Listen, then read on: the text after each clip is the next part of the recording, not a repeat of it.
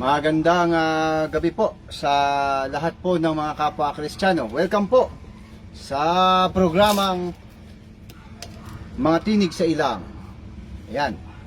Ngayon po ay araw po ng Biyernes, July 26, 2024. Sa kalooban pong muli ng ating mahal na Panginoon Diyos na tayo po ay na pagbigyan na tayo po ay makapag live broadcast sa araw na ito, dahil po noong nakaraang Biyernes hindi ho tayo nakapag broadcast dahil nagkaroon ho tayo ng masakit po yung aking katawan, kaya tayo ho ay pagpapatuloy natin. Ganun pa rin po tuwing alas 8 po ng gabi ng Biyernes. Ang programa pong Mga Tinig sa Ilang, ito po ay biblical na, historical pa, scientific na, may kasama pang timeline or good arrangement. Ayan, mga kapatid at mga kapwa Kristiyano. At siyempre, tayo ho ay hindi nagpapatawag na pastor, apostol o kung ano pa mang katawagan, dahil naka-establish na po yan sa pangapanahon pa lang po ng pangangaral ng ating mahal na Panginoong Hesus. Ganon din po noong panahon po ng mga apostol. Ayan, mga kamanggagawa din po ni Apostol Pablo.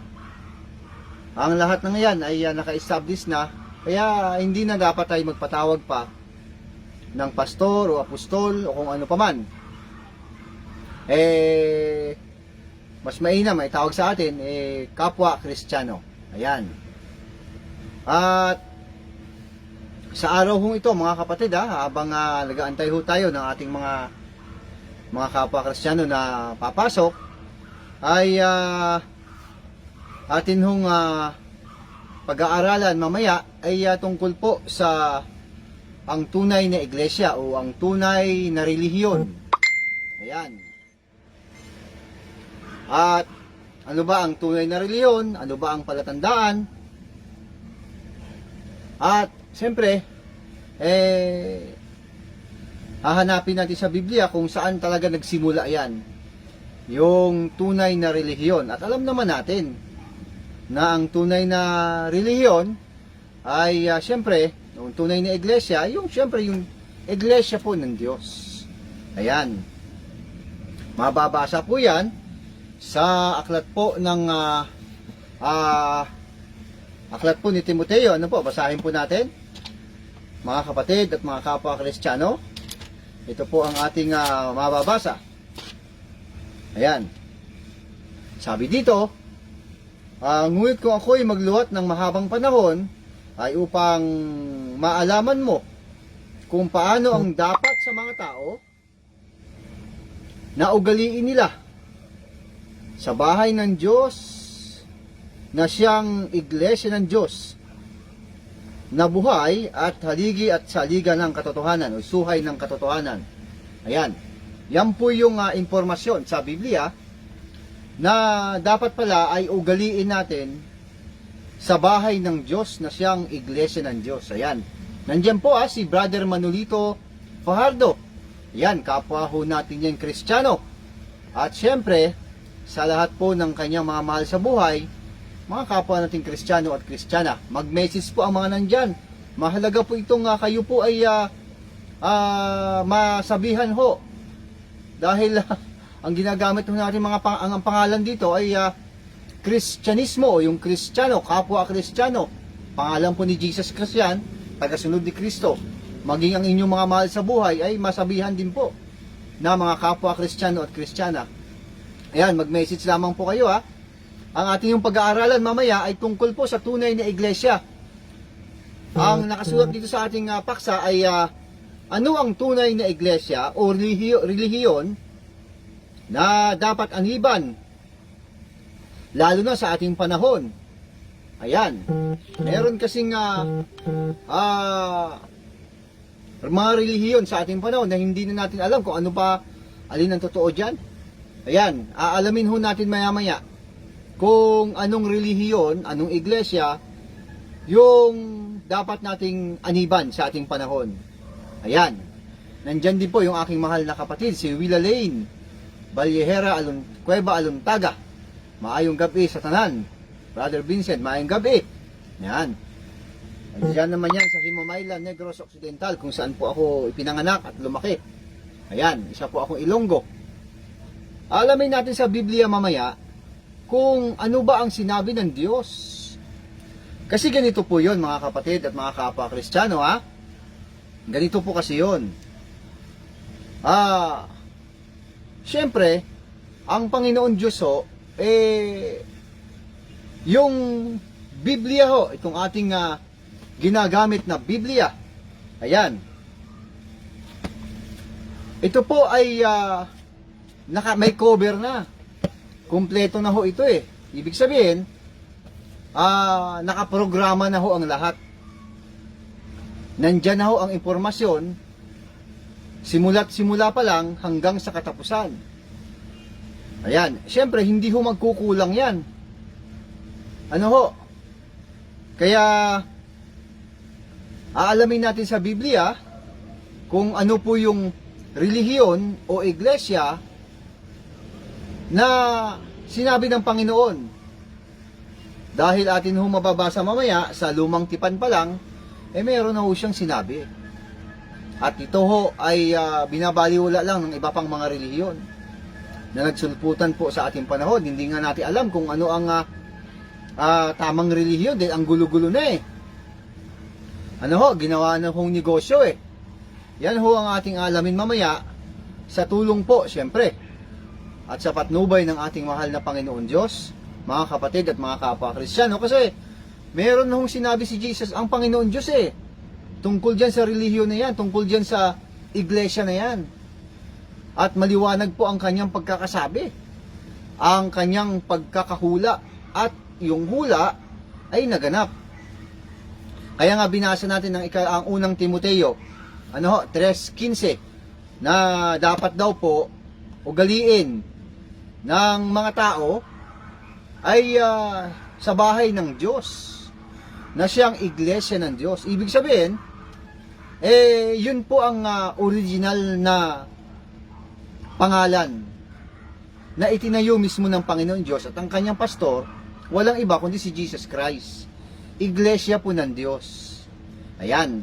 O ngayon, sa ating panahon, hindi na ho natin yan pinag-uusapan kung iglesia ni Kristo, iglesia ng Holy Spirit, ayan, iglesia ng Diyos, hindi na ho yun usapin eh. Dahil sa ating panahon ho, ay panahon na ito ng Kristyanismo. Kaya nga ang ating ginagawa rito ay mga kapwa Kristiyano. Ayan. Yan po ang ating dapat ng ibalita palagi-lagi sa mga tao para ho hindi na tayo marami na hong hindi na ho naloloko pa ng iba pang mga relihiyon ang mga tao. Kasi ito po ay ako po naniniwala na darating po ang panahon. Hindi na ho gaanong iintindihin ng mga tao ang mga relihiyon na ginawa ng tao. Hindi na ho yan iintindihin. Kaya ito hong ating programa, sinisimulan ho natin ito na ibalita na ang relihiyon ho na ginagawa ho ng tao ngayon ay hindi po natin maaaring sabihin na pwede nating sandalan, pwede nating pagtiwalaan agad-agad. Kasi nasubukan na natin na napakaraming relihiyon, ayun, katulad ng pinanggalingan natin, tayo po galing lahat sa Katoliko, naging miyembro ng dating daan, tapos nagkaroon na ng mga paksyon-paksyon, nag-aaway-away, tapos nagbabatuhan na ng mga iba't ibang salita. Kaya sinasabi natin yung mga bagay na yan para hindi na ho pamarisan pa ng iba. Atin hong sinasabi na ang mga relihiyon sa ating panahon ang ginagawa ho kasi, pera-pera na lang. Yan mga kapatid at mga kapwa Kristiyano. Ayan.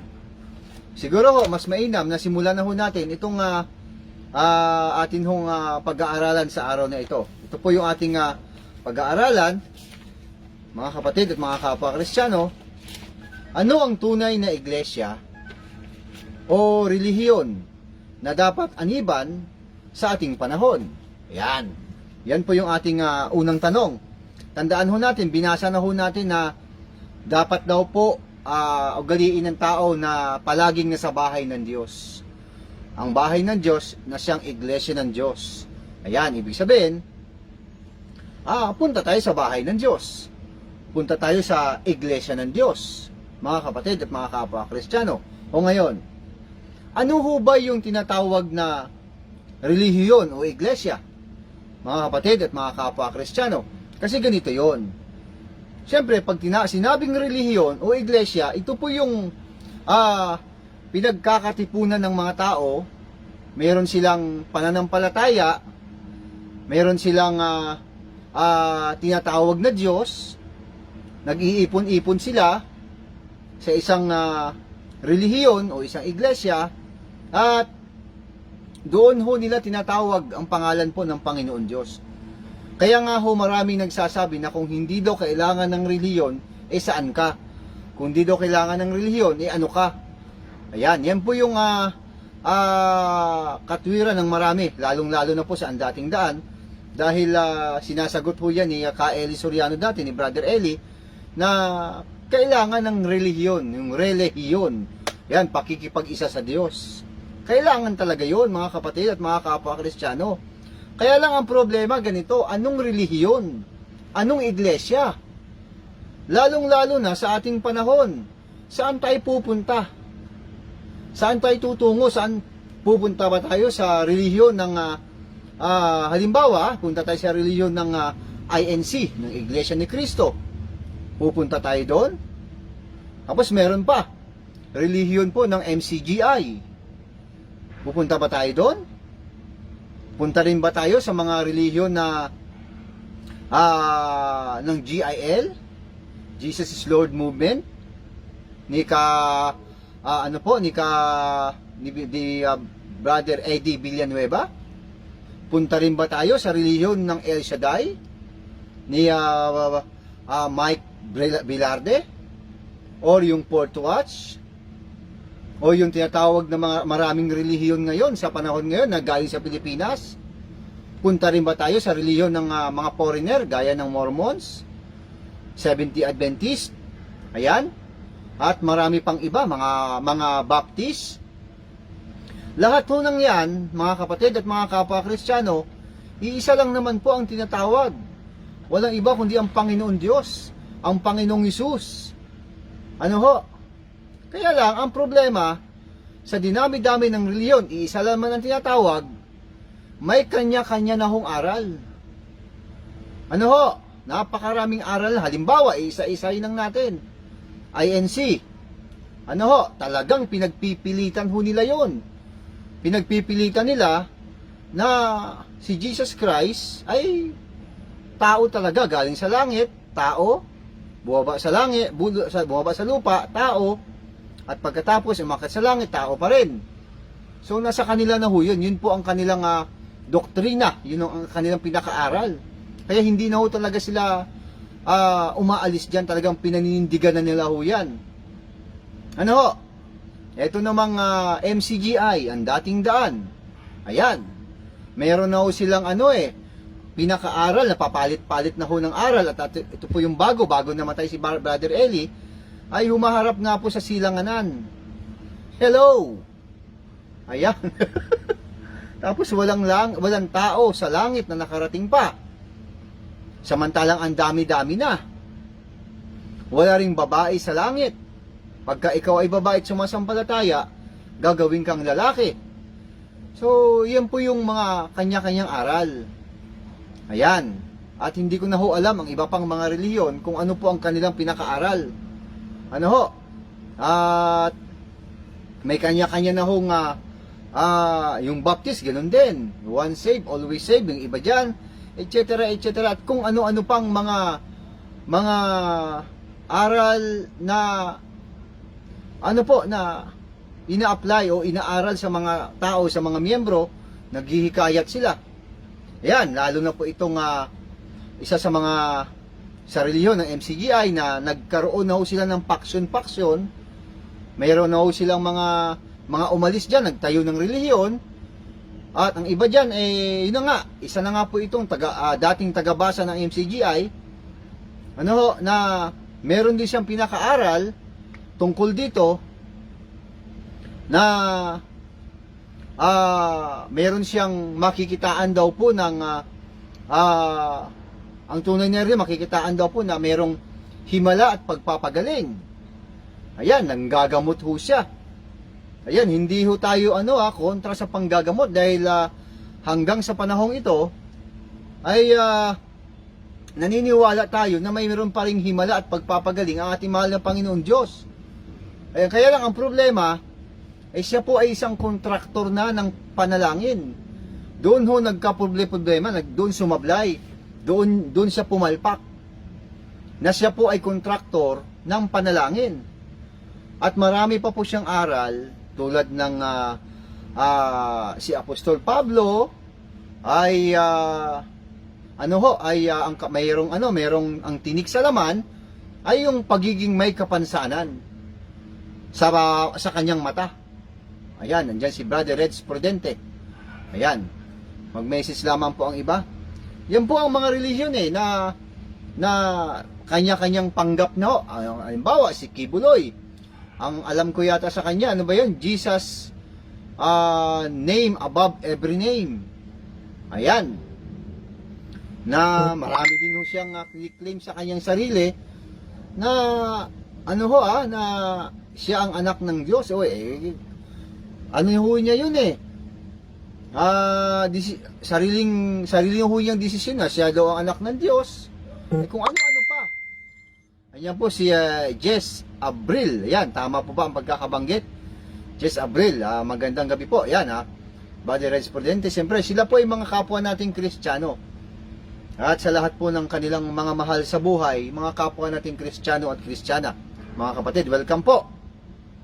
Ang pinag-aaralan natin ngayon kung ano po yung tunay na relihiyon na hinulaan po ng ating mahal na Panginoon Diyos sa simula't-simula pa lang hanggang sa ang hula na yan ay natupad na. Ayan. Maya ho, kalma lang tayo, makikita ho ninyo kung maririnig ninyo mamaya kung ano talaga ang tunay na relihiyon. Kaya nga iniisa-isa natin kasi nga ho, napakarami talagang relihiyon, sila ho mga nagsisiyaman Ano ho, mayroon dyan ang kanilang mga anak, ang kanilang mga kapatid, ang kanilang mga magulang, mga mahal nila sa buhay, ay nakakapag-aral sa malalaking eskwelahan. Kapag may bumabagyo, kampante sila dahil bunggalo ang bahay. Ano ho, tapos sila ho ay dinadakila. Sila ho ay kinikilala, katulad po ni Kibuloy. Ayan, untouchable, siyempre. Dahil meron siyang mga miyembro na sumusuporta sa kanya. Ayan. Sa ating panahon, talagang hindi na talaga maaaring pigilan yung mga yan Alam nyo ba mga kapatid at mga kapwa Kristiyano, si Jesus Christ man, nung dumating ho siya dito sa lupa para magdala ho ng mabuting balita, ang target ho niya kaagad relihiyon. Alam niyo ho kung anong relihiyon? Relihiyong Hudaismo po ang kanyang tinarget kaagad. Dahil itong relihiyong Hudaismo ay nagtayo na ho. Dahil sila ho ay mga Hudyo, partikular ho, mga Israelita, sa angkan po sila ni Huda, nagtayo na ho sila, ang angkan ni Huda, ginawa nilang relihiyon. Ayan. Ginawa nilang relihiyon at ang pangalan ng relihiyon na yan ay Hudaismo. Hello! Kaya tinutulig sila ni Jesus Christ. lalo na po itong mga Pariseo na mayroon ho silang pinakaaral. Ang aral ho ng mga Pariseo, mahilig ho sila sa mga pamahiin. Yan. Samantalang ang gagaling nila pagdating po sa lumang tipan. Ayan. Yan po yung isa sa mga naabutan ni Jesus Christ. Relihiyon pa rin. Meron pa isa, Judaismo. Itong Saduseo. Ito naman mga Saduseo, ito po ay mga hindi naniniwala sa anghel, sa espiritu, at hindi po naniniwala sa muling pagkabuhay. Yan ho ang kanilang pinakaaral na tinuturo po sa mga Hudyo. Ganon din po ang mga tagapagturo ng kautusan. Yung mga magagaling sa kautusan, yung 5 aklat. Doon ho sila tiniligsa ni Jesus Christ Dahil sa reliyon pa rin. Bakit sila tiniligsa ni Jesus Christ? Kasi nga po, hindi na nila ibinibigay yung tamang aral ng Panginoon Diyos na itinuro sa kanila ng kanilang mga ninuno. Particular si Moises. Nagkaroon na ho sila ng sarili nilang aral. Kaya nang dumating si Jesus Christ, tiniligsa sila ni Jesus Christ, at ito na nga po sana ang last chance, mga kapatid at mga kapwa Kristiyano, dahil itong ang relihiyon na ito ng Judaismo ay talagang kumakalat na. Ayan. Hindi na ho talaga mapigilan hanggang ngayon. Meron pa rin Judaismo, mga kapatid at mga kapwa Kristiyano. Yan po yung mga prueba Ganyan ang ginawa ng tao. At alam nyo, isa pa dahil itong ang kanihuda, ginawa ho nilang relihiyon na tinatawag na Judaismo. Meron pa isa. Ayan. Alam nyo ba na doon po sa Gawa 6:5, ito babasahin ko po meron pa isa mga kapatid, mga kapwa Kristiyano ito babasahin ko po. Nagkaroon po ng pagbibigay, pag-iintindi. Basahin ko na po sa 6:1 po hanggang 5. Ito po ang nakasulat. Habang patuloy na dumarami ang mga alagad, sa Gawa po ito, sa 6:1 hanggang 5, nagkaroon ng reklamo laban sa mga Ebreo ang mga Hellenista. Ito yung mga mga mistiso na Hudyo na nalahian po ng Grego. Nagkaroon po ng problema. Ito po ang kanilang problema. Sinabi nila ang mga byuda sa pangkat nila ay napapabayaan sa pang-araw-araw na pamamahagi ng ikabubuhay. Kaya tinipon ng 12 ang buong kapulungan ng mga mananampalataya at sinabi sa kanila, hindi namin dapat pabayaan ang pangangaral ng salita ng Diyos upang mga siwa sa pamamahagi ng ikabubuhay. Kaya, mga kapatid, pumili kayo sa mga kasama ninyo ng 7 lalaking iginagalang, puspos ng espiritu at matatalino, upang ilagay namin sila sa tungkuling ito. Samantala, iukol namin sa ang aming panahon sa pananalangin at pangangaral ng salita. Okay. Ito na, sa 5. Nalugod ang buong kapulungan sa panukalang ito. Kaya't pinili nila si Esteban, isang lalaking lubos ang pananampalataya sa Diyos at puspos ng Espiritu Santo. Sina Felipe, Procorio, Nicanor, Timon, Permenas, at si Nicolas na taga-Antioquia, isang hintil na nahikayat sa pananampalatayang Hudyo. Ayan, so ayan po yung mga word, mga binanggit na pangalan ng mga tao. May binanggit po dito na ang kahuli-hulihan ay si Nicolas na taga-Antioquia, isang hintil na nahikayat sa pananampalatayang Hudyo. Ayan, si Nicolas. Ayan, alam niyo naman po siguro yan kung ano po yung binabanggit niyang Nicolas na yan, Sila po yung pinili ng mga apostol para mga siwa sa iba pang mga bagay.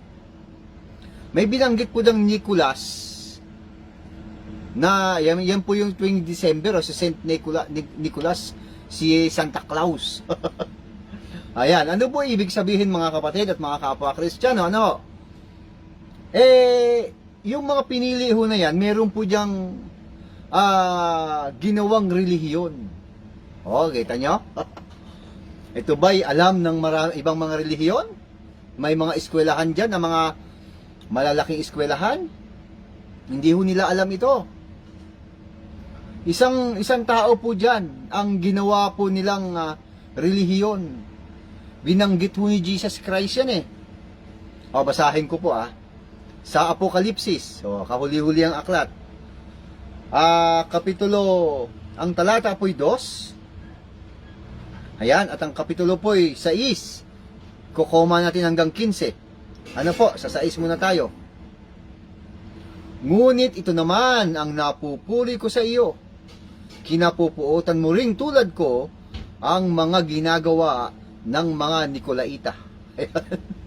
Ito pong si Nicolas, na isang pinili ng mga apostol, tumagal na ang mga panahon, meron na rin palang pamahiin ito. Ano ho? Mahilig po ito sa pamahiin. Ginawa nilang parang pinaka-relihiyon na rin mga Nikolaita. Ayan, sa 15, ganun din po. Ito, babasahin ko po. May ilan din sa inyong sumusunod sa katuruan ng mga Nikolaita. Ayan, may ginawa din po itong relihiyon, itong si Nicolas, ng mga sumasampalataya. Ibig sabihin, talagang totoo sinabi ng Panginoon na talagang marami po ang magsisalabasan talagang mga huwad. Ano ho? Ayan, ang pangalan ng tao na Huda, ginawa nilang relihiyong Hudaismo. Ang pangalan ng taong Nicolas ay ginawa rin po nilang relihiyon. Mga Nikolaita naman sila. Dahil sumusunod ayaw ng Panginoon noon. Ayaw ng Panginoon Diyos. Ayaw ni Jesus Christ sa katuruan ng mga Nikolaita. Kaya hindi ho tayo magtataka na sa panahon po ni Jesus Christ, hanggang sa panahon po ng mga apostol, mayroon po talagang mga relihiyon na nagtatayo na rin. Ayan, okay. Nandyan po yung aking mahal na anak, si Bibialin. Ayan. Sige anak. Okay, nandyan din po si Sis Opie. Dyan po yan sa Makati. Nandyan po siya ngayon. Okay. O ngayon mga kapatid at mga kapwa Kristiyano, dahil na-establish na natin yung mga relihiyon sa unang panahon pa lang ng pangangaral ni Jesus Christ hanggang sa mga apostol, tapos na-establish natin yung mga relihiyon sa ating panahon, ay pag-aaralan natin. Kasi may kanya-kanyang ano yan may kanya-kanyang aral, mga kapatid at mga kapwa Kristiyano. Okay. Ngayon, ano po ang dapat nating gawin para maunawaan natin, maintindihan natin kung ano ba talaga ang tunay na relihiyon, partikular na sa ating panahon. Napakarami na talaga Hindi na po tayo magkamayaw po kung saan tayo pupuntang relihiyon. Kaya ang iba ho dyan, wala na, hindi na nagre-relihiyon. Ano ho? Kanya-kanya pong tawag ng Diyos kung papaano natin gagawin yan. Sa panahon kasi ng Israel, nagpapakilala po ang Panginoon Diyos sa Israel. Ginawa niya itong bayan at nagpapakilala siya sa mga tao na yan, sa kanyang bayan, na siya ang Diyos. Dapat yun ang gagawin, ano ho? Na yun nagpapakilala na,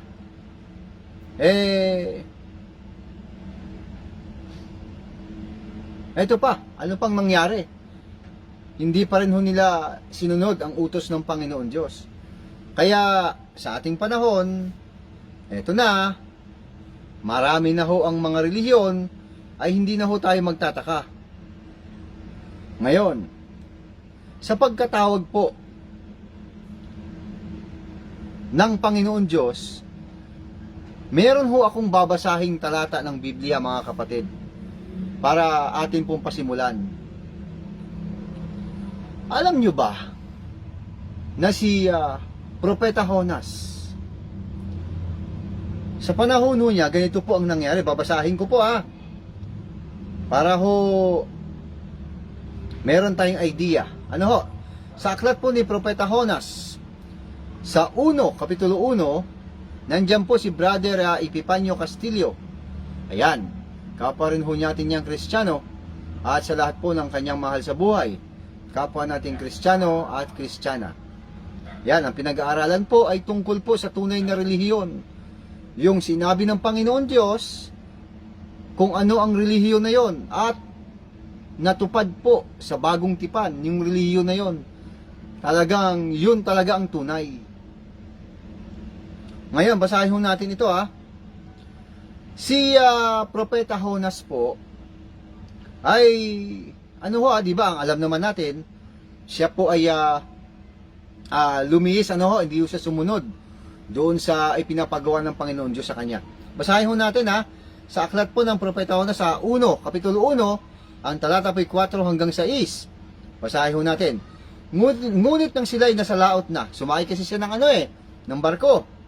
Nagpadala ang Panginoon ng isang malakas na bagyo, kaya't halos mawasak ang barko. Kasi pinapapunta ho siya sa isang lugar, hindi na siya pumunta, lumihis po siya. Ano ho? Hindi siya sumunod. Sumakay po siya ng barko. O itong ginawa ng Panginoon. Dahil dito, labis na takot ang mga tripulante. Kaya silang lahat ay humingi ng tulong sa kani-kanilang Diyos. Ayan. Yun po yung gusto kong ipapansin sa inyo na dahil si Propeta Jonas ay hindi sumunod doon sa pinag-uutos ng Panginoon na dapat punta ka sa ganitong lugar, tapos hindi siya sumunod. Ano ho? Pinapapunta siya sa Ninive. Hindi naman siya pumunta sa Ninive. Ang pinuntahan niya, pumunta siya sa, ayan, si Brother Michael Bambito, nandiyan na rin po. Ayan. So, ano nangyari? Nagkaroon po ng malakas na bagyo, sa dagat, kay Propeta Jonas. Ang ginawa ng mga tao, humingi na sila ng tulong sa kani-kanilang Diyos. Ibig sabihin, marami po ang Diyos, kani-kanilang Diyos. Bakit? Pagkatapos hinulog nila sa dagat ang mga kargamento para magumaan ang sasakyan. Samantala, si Jonas naman ay namahimbing, natutulog sa isang sulok sa ibabang palapag ng barko. Ayan, mga kapatid at mga kapwa Kristiyano si Jonas po kampante, natutulog lang. Samantalang ang iba doon ay takot na dahil ang lakas ng bagyo tinulugan lang sila ni Propeta Jonas. O ngayon, ano nangyari? Sa 6, nakita siya ng kapitan at ginising. Ano't nagagawa mo pang matulog? Bumangon ka at manalangin sa iyong Diyos. Baka sakaling kaawaan niya tayo at iligtas sa kamatayan. Okay.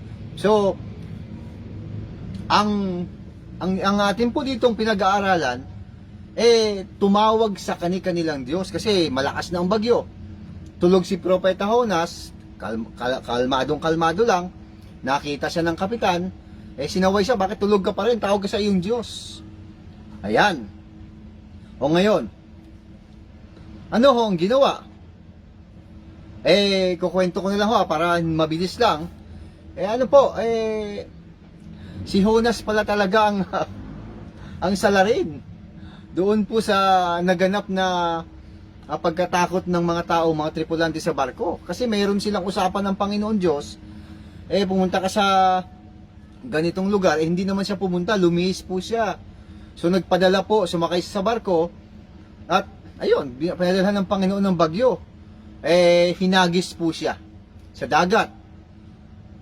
Ayan. O di humupa na ang bagyo.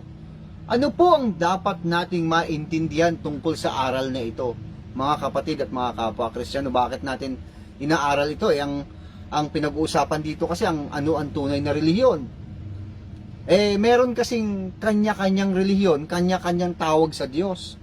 Kung alin po ang effective, yun ang tunay. Oh. Ngayon, nung maihagis po si Propeta Jonas, humupa ang bagyo. Therefore, nung manalangin po si Propeta Jonas, na sa Panginoon Diyos, dahil siya po ang dahilan, meron talagang Diyos na makapangyarihan sa lahat, na lumikha ng lahat ng mga bagay. Ang tawag po dyan, Diyos na buhay. Nandyan po si Sis Emmy Alfonso. Ayan, kapwa po natin yung Kristiyana. At sa lahat po ng kanyang mga mahal sa buhay, kapwa nating Kristiyano at Kristiyana. Ang pinag-aaralan po natin ngayon ay tungkol po sa mga relihiyon. Na-establish natin ang relihiyon nung una, sa panahon ni Jesus Christ, hanggang panahon po ng mga apostol. May mga ginawa rin hong relihiyon, hanggang sa ating panahon na ito, ang dami na pong relihiyon. Na-establish natin sa kanila kung ano-ano po yung kanilang mga aral. Gaya ng oneness, one save, always save, at kung ano-ano pa. Ginagawang negosyo.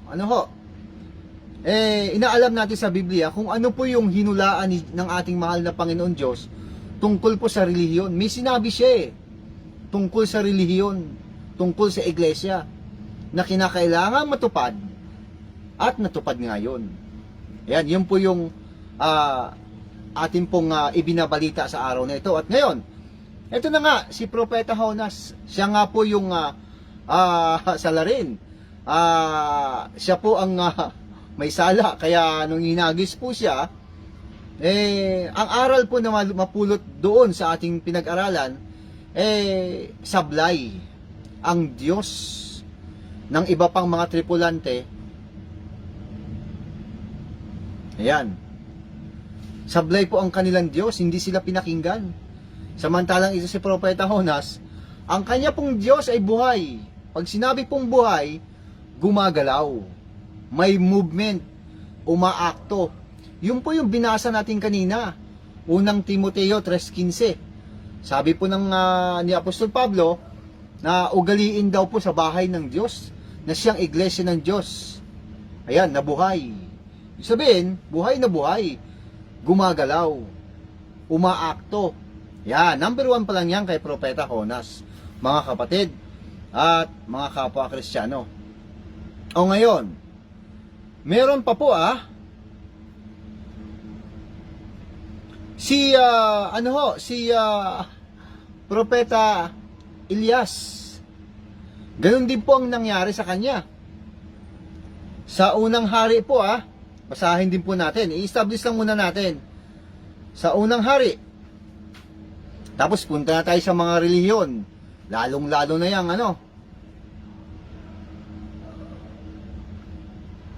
Eternal Son.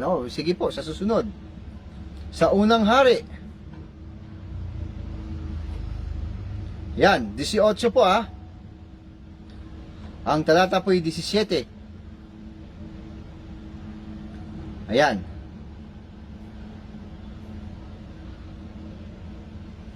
Basahin ko po. Nang makita ni Ahab si Elias, ay sinabi nito, ikaw nga ba yan ang nanggugulo sa Israel? Si Haring Ahab po, ito po yung asawa ni Jezabel. Tandaan nyo pa uli pangalang Jezabel. Ang hari po si Haring Ahab. Ngayon, pinaratangan niya si Propeta Elias na nanggugulo sa Israel. Ngayon, nagkaroon po ito ng pagsubok.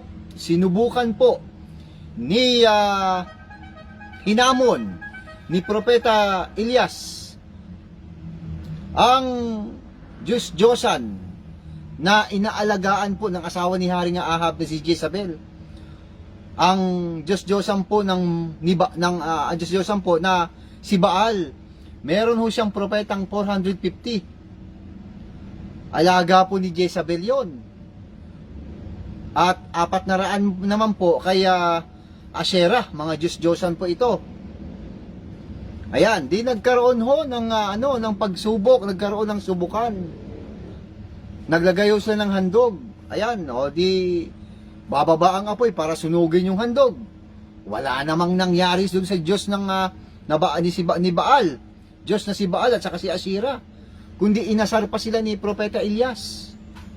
Sige, sigaw pa kayo, baka natutulog lang, baka nag-CR. Wala hong dumating O nung si Propeta Elias na po ang nanalangin, ayun, sunog. Sunog po ang handog. Ibig sabihin, Diyos na buhay. Talagang umaakto ang Diyos na lumikha ng langit at lupa at ang lahat ng mga bagay. Ayun, mga kapatid at mga kapwa Kristiyano, yun ang hahanapin natin sa Biblia. Yung Diyos na buhay. Yan, para malaman natin kung ano talaga ang tunay na iglesia, tunay na reliyon sa ating panahon. Dapat ang Diyos na tinatawag nila ay buhay. Tulad nitong mga naganap na ito. Ano po ang sabi ni Apostol Pablo sa unang Timoteo? Ngunit kung ako'y magluwat ng mahabang panahon, ay upang maalaman ng mga tao na ugaliin nila sa bahay ng Diyos na siyang iglesia ng Diyos na buhay, haligi at saligan ng katotohanan, suway ng katotohanan. Diyos na buhay, bahay ng Diyos na siyang iglesia ng Diyos na buhay. Dapat buhay. Yun po ang sinabi ng Apostol Pablo Ganon din po ang sagot ni Apostol Pedro nung siya po ay tinanong po ni Jesus Christ. Ano ho?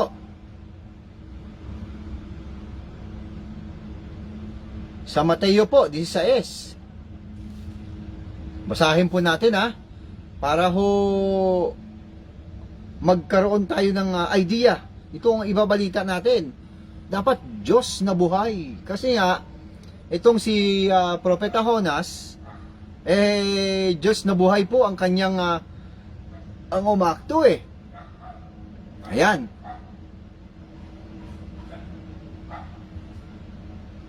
May religion nagturo na tinaga daw sa mukha si Pablo.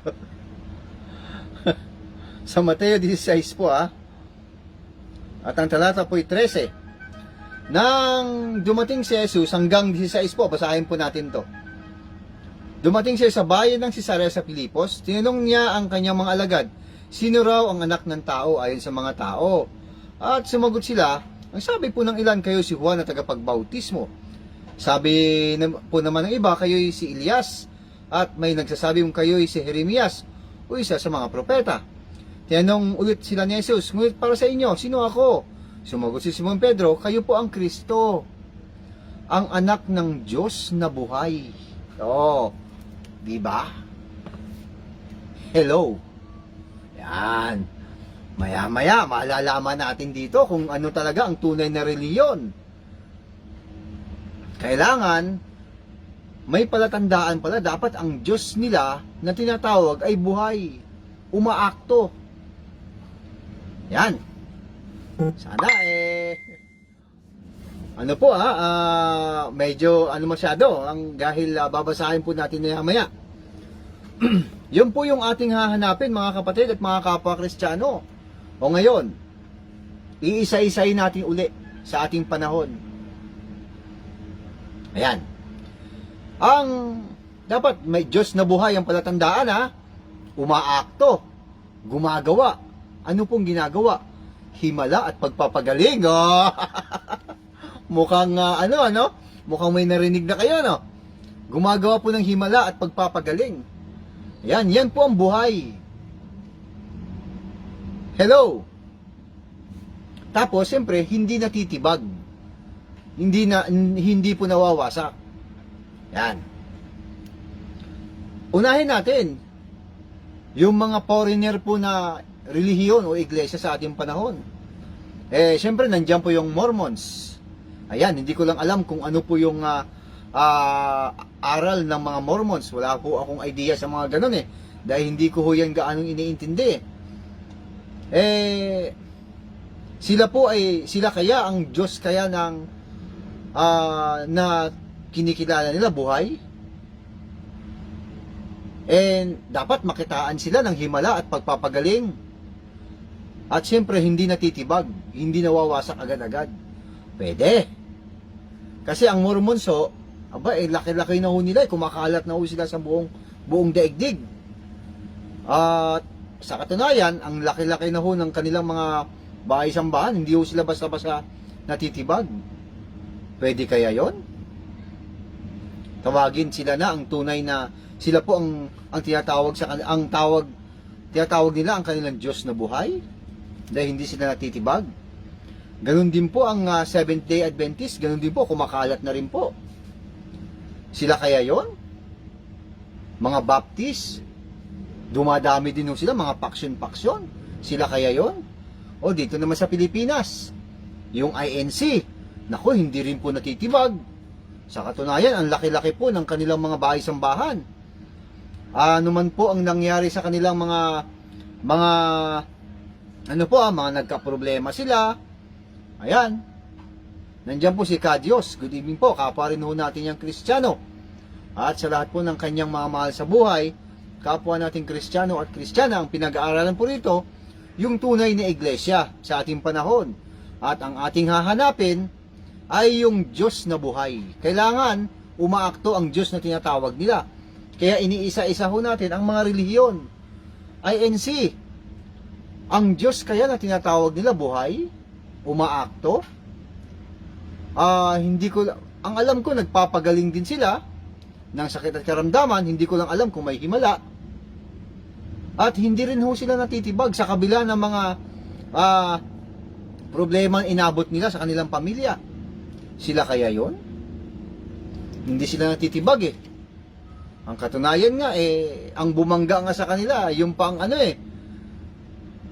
Diyos, ang tinatawag ka lang nilang Diyos ay buhay. Meron pa si Eddie Villanueva, ng GIL. Naku, may eskwelahan din po ito sa Bukawi. May anak din po itong senador. At malakas din po. Nandiyan po si Brother Chandler Rodriguez, yang Hong Kong. Ayan, kapwa ho natin yung Kristiyano. At sa lahat po ng kanyang mahal sa buhay, mga kapwa ho nating Kristiyano at Kristiyana. Yan, mga kapatid ha. Ayan. Yun kaya, nakikitaan kaya natin ng meron silang Diyos na buhay, umaakto. Itong El Shaddai, si Mike Bilarde, ganoon din po.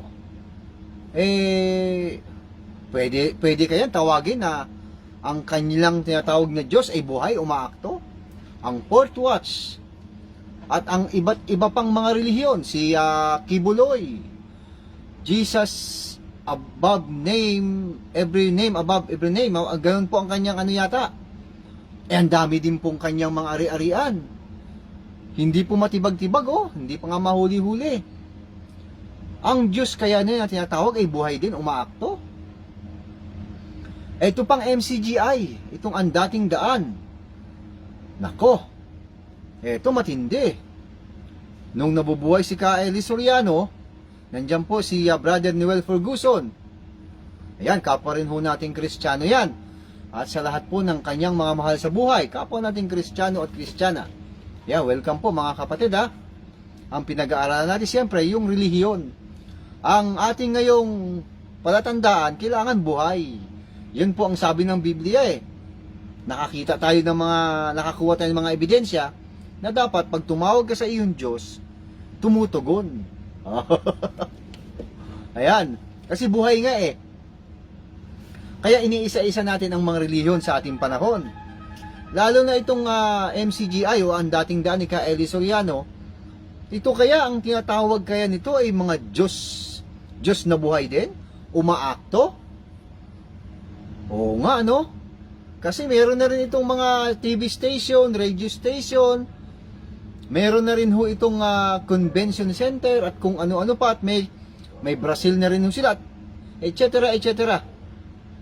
Ang dami na rin pera. Ayan, sabi ni Brother Noel, billionaire na po sila. Yan. Isa sa palatandaan yan Lahat ng relihiyon na ating binanggit, mga billionaire po sila Ito po yung malalaking relihiyon dito pa lang sa Pilipinas, yung CFC, ganun din. yung Christ Fellowship Commission. Naku, ang dami-daming mga relihiyon, mga billionaire na ho sila. At ang tatag nila. Aba, Brother Vincent, hindi kayo palatandaan niya na ang Diyos nila ay buhay? Dahil matatag sila? Yan. Alam niyo ho, mga kapatid at mga kapwa Kristiyano, doon pa rin po yan mauuwi sa pinakaaral. Ano ho?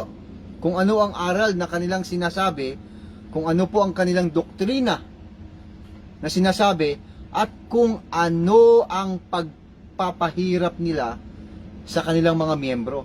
Kaya sila nagiging billionaire. Samantala po ang Biblia, ang tunay na relihiyon, ano ho? Bagamat mahirap, pero sa paningin ng Diyos ay mayaman.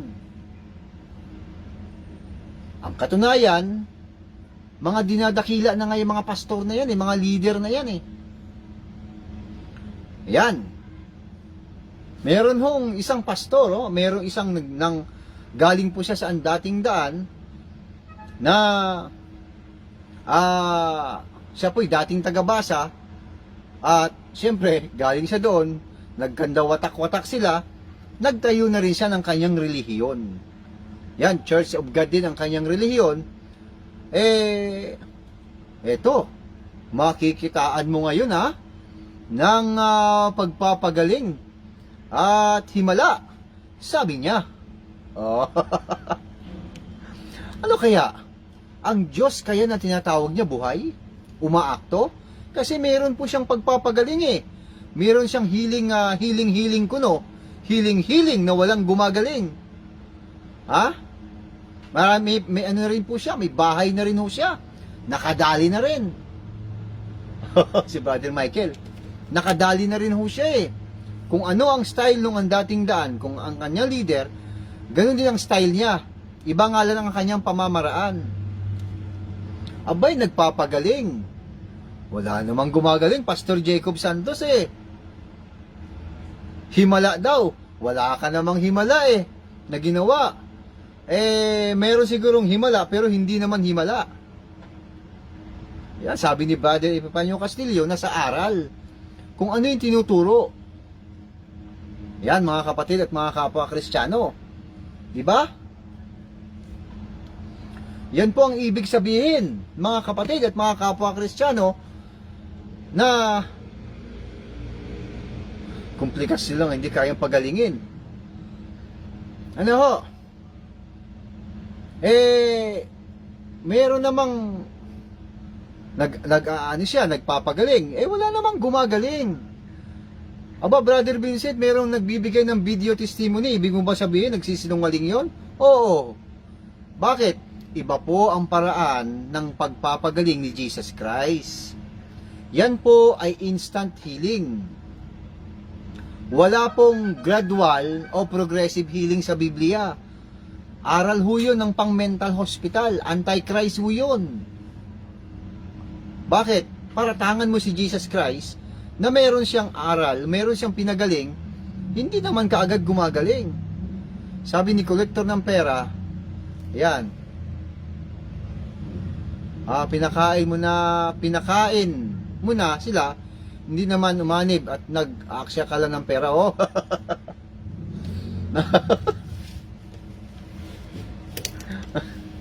Ganun nga po, mga kapatid, mga kapwa Kristiyano. Kaya ang mga relihiyon po sa ating panahon, noon pa yan, kay panahon pala ni Jesus Christ, may ganun na pong ganap. Mga mga money maker po yung mga yan. Tapos magbibigay pa sila ng mga kanya-kanyang aral, kanya-kanyang turo, na mga pamahiin at kung ano-ano pa. Napaka delikado po ang kanilang ginagawa at pagpapahirap sa mga miyembro. Ayan. Okay. Nagpapagaling siya, hindi naman gumagaling. Yung mga nagbibigay ng video testimony, dinadaya po ang inyong mga sarili. Sasabihin nila sa video testimony, maraming salamat po kay Brother Black Widow Spider, kay Pastor Jacob Santos, sa kanya hong panalangin. At siyempre ho, salamat sa Panginoong Isus sa kanyang gradual healing. O kita nyo, kalokohan.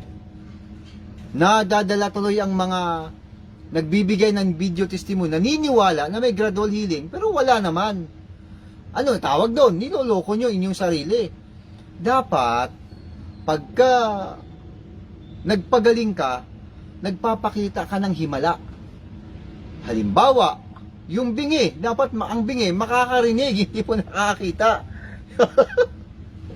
Wala ka namang patunay na gumaling eh. Sakit ng ngipin, iinom ka lang naman ng gamot sa sakit ng ngipin, mawawala yan. Tapos, sakit ng tiyan, sakit ng ulo, at kung ano-ano pa.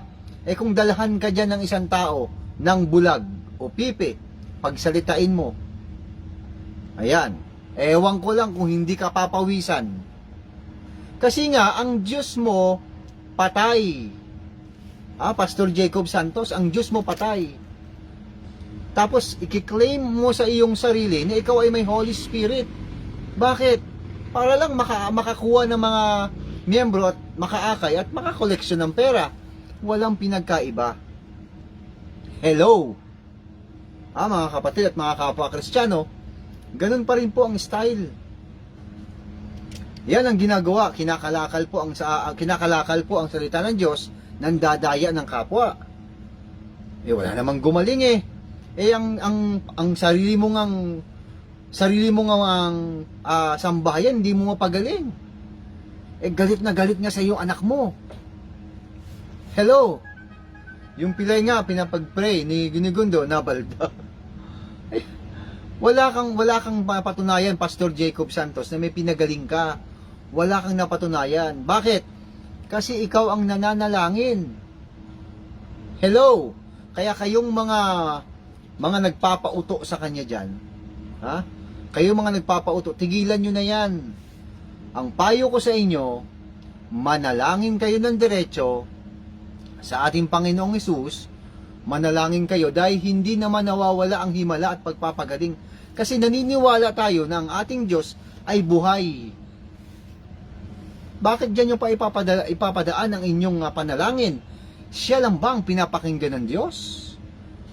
Siya lang ba, sa kanya ba idadaan ang panalangin? Ikaw ba hindi marunong? Ayun, yung isang matanda, wala na rin yun, galit na sa kanya yan. Nakausap ko na ho yan eh. Nung nakaraan lang. Buisit na ho sa kanya yan.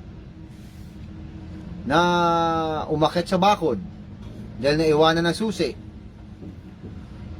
Ayan, nung pagbaba, napasama ang pagbaba, natapilok. Ayun, di makalakad. Unlimited prayer ang ginawa. Prayer sa gabi, prayer sa umaga, hala, bira ng bira. Umabot ng 1 buwan, pilay pa rin. Pastor Jacob Santos, tigilan mo na yung panluloko mo sa kapwa mo. Kayo naman nagbibigay ng video testimony, alam ko hindi kayo gumagaling, may sakit pa rin kayo. Maniniwala pa ako sa inyo kung kayo mismo ang mananalangin ng diretso sa Panginoon. Yan po ang payo natin sa mga yan. Mga kapatid at mga kapwa Kristiyano, O ngayon, balik ko tayo dito sa ating pinag-uusapan. Yung tama ay yung tunay na relihiyon, makikitaan yan na dapat ang Diyos ay buhay. Sabi po ni Apostol Pablo, ulitin natin uli, ngunit kung ako'y magluwat ng mahabang panahon, na dapat ugaliin ng mga tao sa bahay ng Diyos na siyang iglesia ng Diyos na buhay, haligi at saligan, usuhay ng katotohanan. Yan, dapat daw ang ugaliin ng mga tao, kasama na ho tayo doon. Dapat nandun tayo sa bahay ng Diyos na buhay, haligi at saligan ng katotohanan o usuhay ng katotohanan. Aral na walang bayad, yan ang totoo. Hindi ho humihingi ng kapalit. Mga abu-abuluyan pa kayong nalalaman. Yan ang kanilang dahilan. Bakit nagtayo sila ng reliyon? Kasi kailangan nila ng abuluyan. Yan. Nagka-COVID silang lahat. Nung panahon ng COVID, nagka-COVID sila. Yung sinabi niya sa akin na ako daw ang may dagdala ng COVID. Pumasok sa kanya uli. Pumasok sa kanila ang COVID. Mabuti na, nakaligtas sila. Nakaligtas siya. Yan po ibig sabihin mga kapatid. Yung pastor na yan, yan magtatago na lang sa aparador. Ito naman kanyang hinahamon na si KDR, nako, nagtatago din sa aparador. Si Pastor Jacob Santos, ganoon din. Ayaw rin lumabas. Nasa aparador din. Yan ang ibig sabihin mga kapatid at mga kapwa Kristiyano. Mga bilyonaryo po yung mga yan. Ayan, hindi pa tapos ang kanyang kapilya. Nako, yun na nga.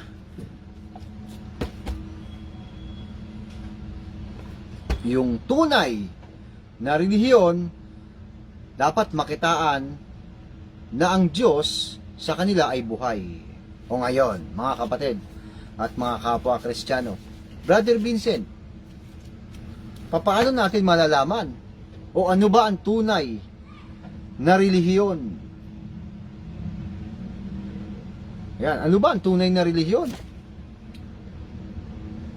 Para mayroon na tayong idea na dapat aniban. O yan. Kung nakahanda na po, babasahin ko po muna. Sa lumang tipan pa rin po tayo muna magbabasa. Meron pong binanggit hula ang Panginoon Diyos. Mga kapatid at mga kapwa Kristiyano, sa aklat po ni Zacarias, meron po siyang binanggit sa kapitulo po 4, 1 hanggang 2, 10. Ito po ang ating babasahin mga kapatid at mga kapwa Kristiyano. Ito po ang relihiyon o iglesia na hinulaan po ng Panginoon Diyos na kinakailangan matupad sa bagong tipan. Kaya, bagong tipan po natin mamaya babasahin. Ayan, basahin lang po sinasabi ni Brother Reds at ni Brother Michael Bambitoy. Kaya inulit ang project para makaipon ulit ng 1M. May hinihingi pa, sabi ni Brother Michael Bambitoy, may hinihingi pa sa taga-abroad na pambili ng Innova. Uy! Inulit mo na naman Innova. Brother Michael Bambitoy, talaga ikaw napakatalas ng iyong intelligence. Mayroon kaya tang spy sa abroad. Innova pa pala hinihingi. Wow! Ayan. Kawawang mga miyembro. Ito, babasahin ko po At ang Zacarias po, aklat po ni Zacarias, ang kapitulo 4, 1 hanggang 2, 10. Ito po ang ating mababasa.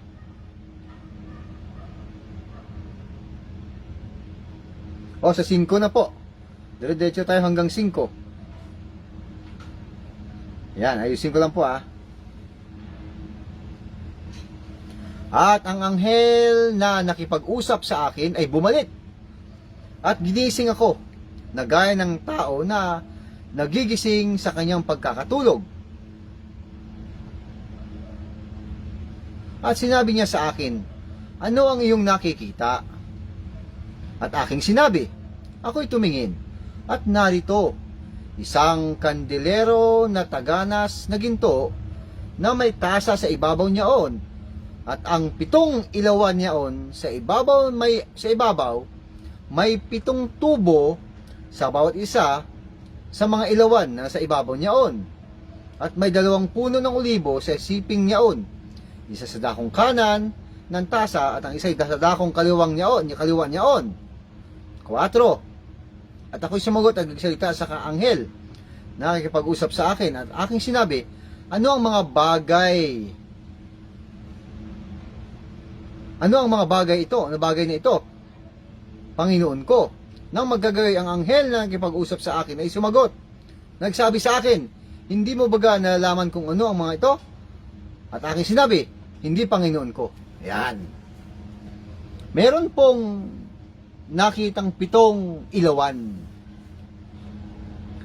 Yan, 7 ilawan. Sa magandang balita po, ito naman po yung sinasabi dyan.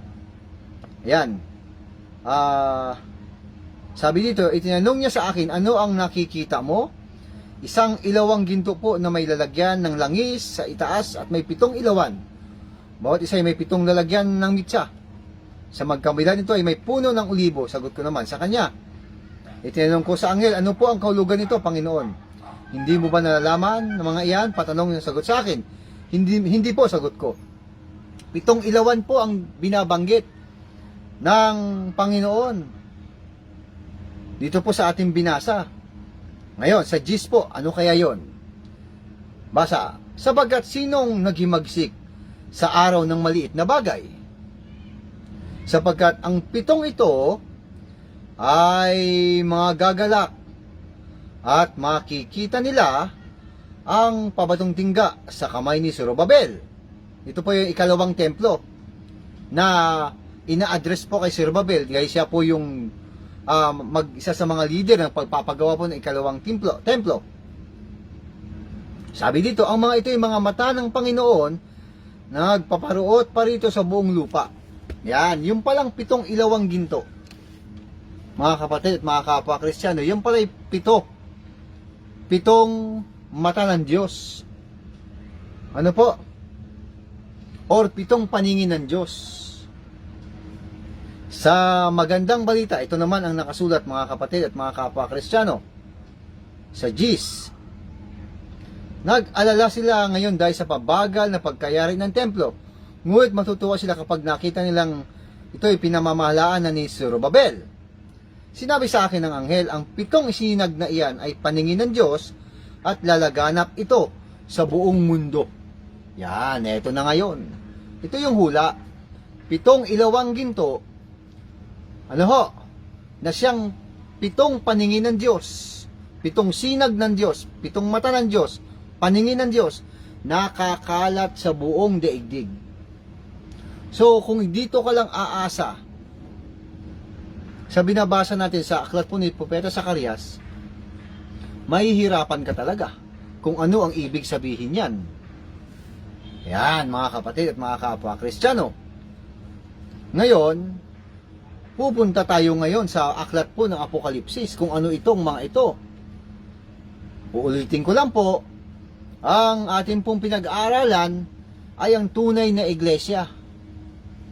At binasa natin, aklat po ni, sa aklat ni unang Timoteo, sinabi po ni Apostol Pablo na ugaliin daw ng tao sa bahay ng Diyos na siyang iglesia ng Diyos na buhay. Yan, iglesia ng Diyos. Dapat nasa iglesia tayo ng Diyos. O ngayon, sa aklat po ni Propeta Zacarias, meron palang 7 paningin ang Diyos. At ito yung 7 paningin ng Diyos, lalaganap ito sa buong daigdig, kasama po ang Pilipinas dyan. Tanong, lumaganap na ba ito? Ang sagot, opo, lumaganap na yan. Ang katunayan, laganap na talaga. Basa, dito po sa aklat ng Apokalipsis sa Kapitulo 1 at ang talata po'y dito natin simulan sa 11. Ano ho? Kung ano po yung mga yan.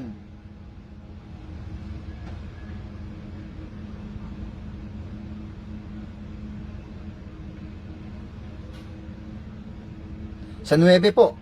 Simulan natin sa 9. Ito na po siya. Sa aklat po ng Apokalipsis 1:9 hanggang 11. Ako'y si Juan, ang inyong kapatid at kasama sa kapigatian at pagtitiis na naranasan ng mga kabilang sa kanyang kaharian dahil sa pakikipag-isa kay Jesus. Noon ako'y nasa isla ng Patmos sapagkat ipinangaral ko ang salita ng Diyos at nagpatotoo ako para sa kay Jesus. Yan, nasa isla po siya ng Patmos kasi nga, ipinangaral po niya ang salita ng Diyos. Yun ang dahilan. Bakit diyan siya dinala sa isla ng Patmos? Noon ay araw ng Panginoon. Habang nasa ilalim ako ng kapangyarihan ng Espiritu, narinig ko mula sa aking likuran ang isang malakas na tinig na parang tunog ng trompeta. Sabi niya, isulat mo sa aklat, sa isang aklat, ang iyong nakita at ipadala mo ito sa 7 iglesia. Sa Epeso, sa Smyrna, Pergamo, Tiatira, Sardis, Philadelphia at Laodicea. Yan. Eto na ngayon. Sa 16, may hawak siyang 7 bituin sa kanang kamay. Ayan, kanang kamay niya may 7 bituin. At lumabas sa kanyang bibig ang isang matalas na tabak.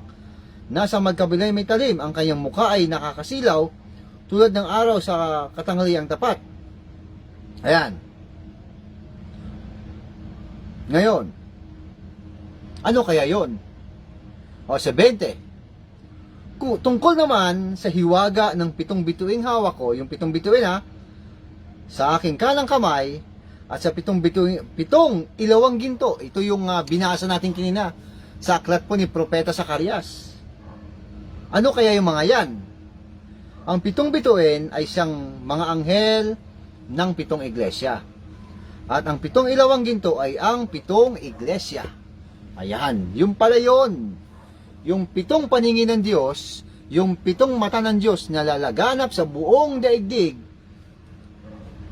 Ano ho, yan pala ay ang 7 iglesia. Therefore, yan ang genuine. Yang 7 na yan yung iglesia ng Diyos na buhay.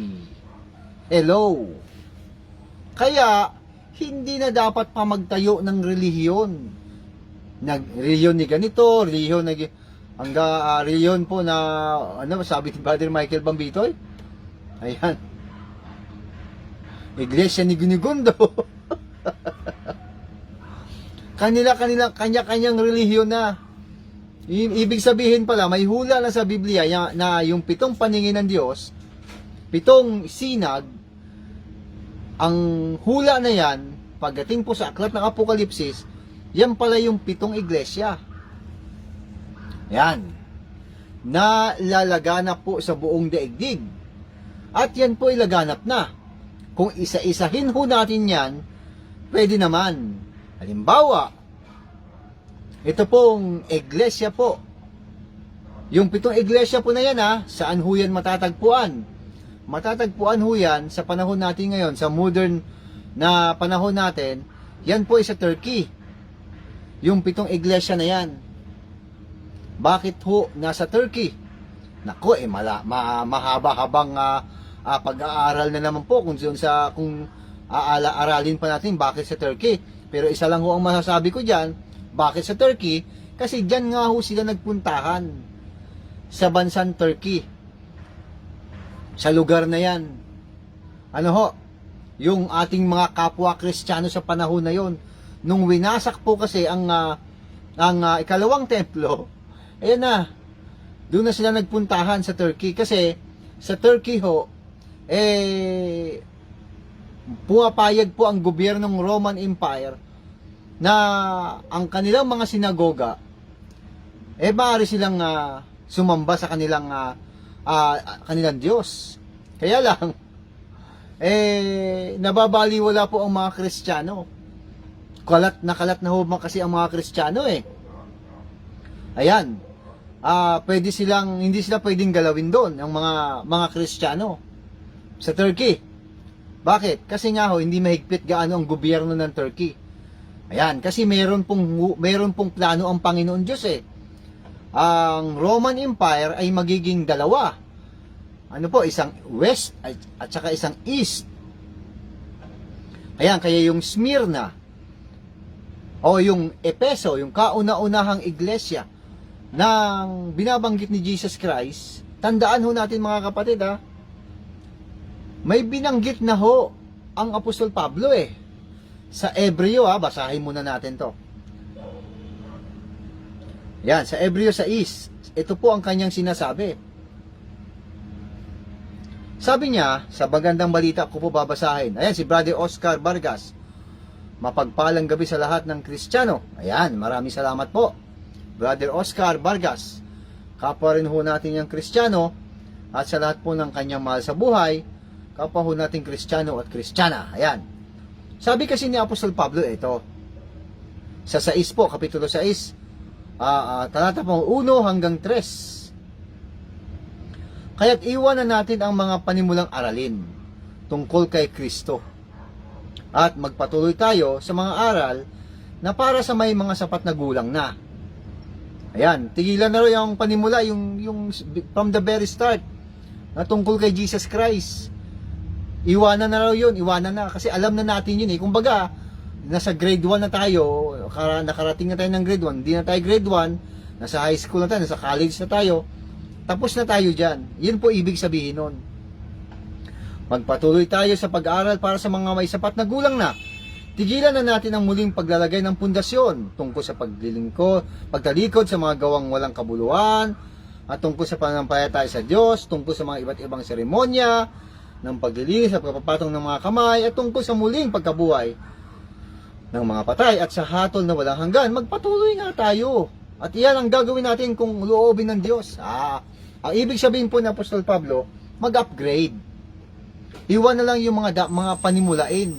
Yung si Jesus Christ ay pinanganak sa Bethlehem, tapos lumaki siya sa Galilea, mga ganun ba? Tapos binautismuhan siya sa tubig at kung ano-ano pa. Sabi ni Apostol Pablo, alam na natin yan eh. Ayos na tayo dyan. Magpatuloy na tayo. Tapos iwanan na natin yung mga seremonyas, kung ano-ano pang mga seremonyas. Ang gagawin daw po, yung may sapat na gulang na. Yung may may maayos na. Alam na natin yun eh. Nakaraan na yun eh. Lipas na yun eh. Alam na natin yun. Pero gagawin din natin yan. Sabi niya, kung loloobin ng Diyos. Yan, ibig sabihin, kalooban po ng Panginoon is kung gagawin pa natin yun. Pwede pang gawin, pero limot na, upgrade na tayo. Yan po ang sinabi ni Apostol Pablo. Ngayon, much more naman sa ating panahon, mga kapatid at mga kapwa-Kristiyano. Meron na tayong apokalipsis eh. Meron na tayong mababasang talata. Kaya, eto na nga po,